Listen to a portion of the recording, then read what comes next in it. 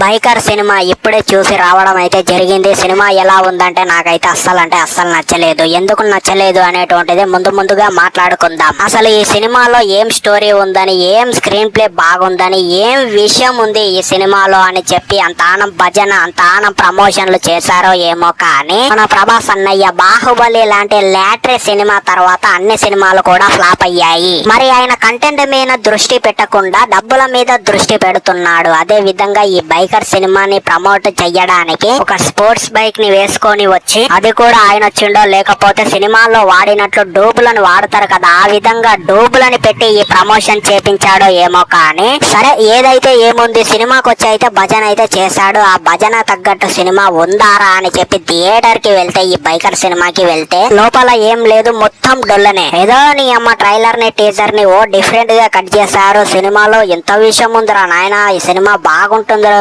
అని చెప్పి థియేటర్ కి వెళ్తే నాకైతే అక్కడ నిజంగా మీరు చెప్తే నమ్ముతారో నాకైతే తెలియదు, కానీ ఫోన్ లో ఇన్స్టాగ్రామ్ ఓపెన్ చేసి మరి ఆ రీల్స్ చూస్తేనన్నా టైం పాస్ అయ్యింది. కానీ ఆ సినిమాని చూస్తుంటే మాత్రం ఇంకా నీరసం నిద్ర అయితే వస్తుంది. బైక్ రేసర్ అనేటువంటి సినిమా కాన్సెప్ట్ తోటి వచ్చారు. మరి అలాంటి సీన్లని హైలైట్ చేసి చూపిస్తారా అంటే ఏదో సండు మొకాల యాక్టర్లని పెట్టి చాలా అంటే చాలా నీరసం అయితే తెప్పించారు. 2022లో వాలిమై అనేటువంటి ఒక తమిళ్లో ఒక సినిమా రిలీజ్ అయ్యింది. ఆ సినిమాలో అంటే అది బైక్ రేసింగ్ గురించి సినిమా అయితే ఉండదు, కానీ ఇంటర్వెల్ తర్వాత ఆ సినిమాలో బైక్ రేసింగ్ ఉంటుంది. ఓ రేంజ్ లో ఉంటుందన్నమాట. చూస్తూ ఉంటుంటే అలానే చూస్తూ ఉంటాం మనం. కానీ ఈ సినిమాలో కూడా చూపించారు బైకర్ సినిమాలో, కానీ ఒక్కటంటే ఒక్కటి కూడా మన మైండ్ కి అయితే ఎక్కదు. సినిమా మొత్తము 2 గంటల పైన ఉన్నా కూడా మనకి సినిమా చూస్తున్నప్పుడు ఎలా అనిపిస్తుందంటే, ఏంటిరా నాయన ఈ నరకము, 24 గంటలు ఒక రూమ్ లో బంధించినా కూడా ఉంటాము, కానీ ఈ సినిమాని చూసేటువంటి